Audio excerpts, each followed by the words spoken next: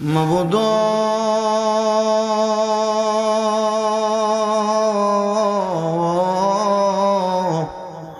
ও দয়াল আল্লাহ, একটু রহমতের নজর কইরা তাকায়া দেখেন গো আল্লাহ। এই করিয়া চারখালের মুখ ফুরকানিয়া মাদ্রাসার প্রাঙ্গণে ৯তম বাৎসরিক ঈদে মিলাদুন নবী সাল্লাল্লাহু আলাইহি ওয়াসাল্লাম দোয়ার মাহফিলে আমার সঙ্গে এই এলাকার আলেম বাবারা, দাড়ি পাকা মুরব্বী বাবারা, যুবক নওজোয়ান ভাইয়েরা, ছোট্ট ছোট্ট মাসুম বাচ্চারা,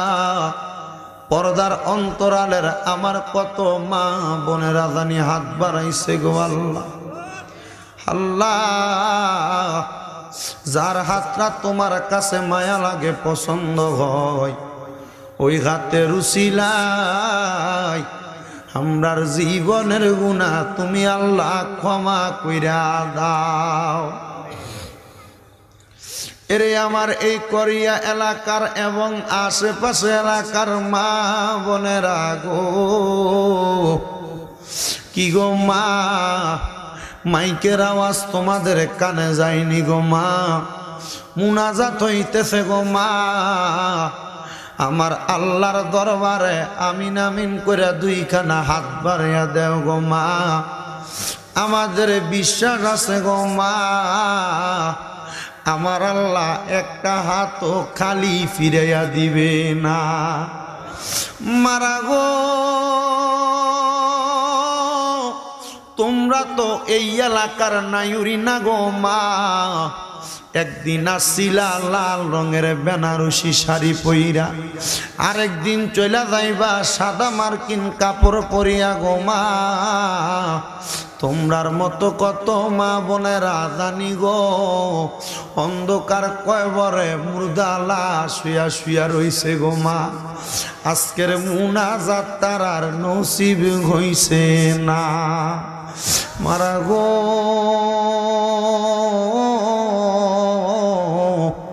মুনাজাত হইতেছে গো মা। এই মুহূর্তে ওযু বানাইয়া তোমার ঘরের একটা কর্নারের মধ্যে নামাজের মুসল্লাটা বিছাইয়া দেও না আমার আল্লাহর দরবারে দুইখানা হাত বাড়াইয়া গো মা। আমরার বিশ্বাস আছে গো আমার আল্লাহ একটা হাতও খালি ফিরাইয়া দিবে না। এরে আমার এই আশেপাশে এলাকার ভাই বাবারা, কিরে ভাই, আর কতকাল দুনিয়ার রং তামাশা আড্ডাবাজির মধ্যে সময় কাটাইবা? জীবনের হায়াতের টাকা যেদিন ঘুরা বন্ধ হয়ে যাবে রে, মুনাজাত করার মতো সময় সুযোগ পাইবা না। দোয়া হইতাছে, জানি না আজকের মুনাজাতটা কার জন্য, জানি জীবনের শেষ মুনাজাত। ভাইয়েরা রে,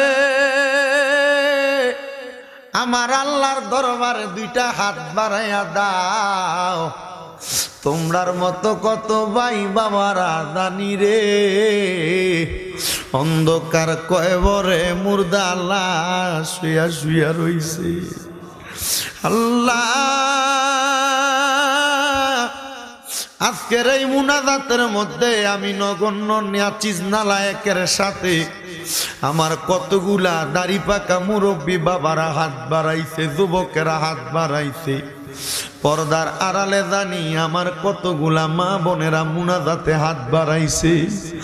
দয়াল রে, আল্লাহ, কে জানি হাত বাড়াইছে রে, কার জানি জগতের মধ্যে আব্বা নাই। যেই বাবা রিক্সা চালাইয়া মাটি কাইটা মাথার গাম পায়ে ফালাইয়া পরের বাড়িতে বদলার কাজ কইরা সন্তানরে মানুষের মতো মানুষ করবার জন্য আব্বাজান নিজের রক্তরে পানি বানাইতে রোদে পুড়ছে মেঘে ভিজে আল্লাহ জানি না রে কার জানি এমন আব্বাজান অন্ধকার কবরে আল্লাহ কে জানি হাত বাড়াইছে গো কার জানি জগতে মা দুঃখিনী অন্ধকার কবরে যেই মা নিজে না খেয়া খাওয়াইছে যেই মা সন্তানের জন্য নিজের রক্তরে পানি বানাইছে যেই মা 10 মাস 10 দিন গর্ভে ধারণ কইরা সন্তানের প্রসব বেদনা সহ্য করতে মার বড় কষ্ট হইছে জানি না রে আল্লাহ কার জানি এমন মা দুঃখিনী অন্ধকার কবরে আল্লাহ যার মা কবরে আমার কবর তুমি আল্লাহ জান্নাতের বাগান বানায়া দাও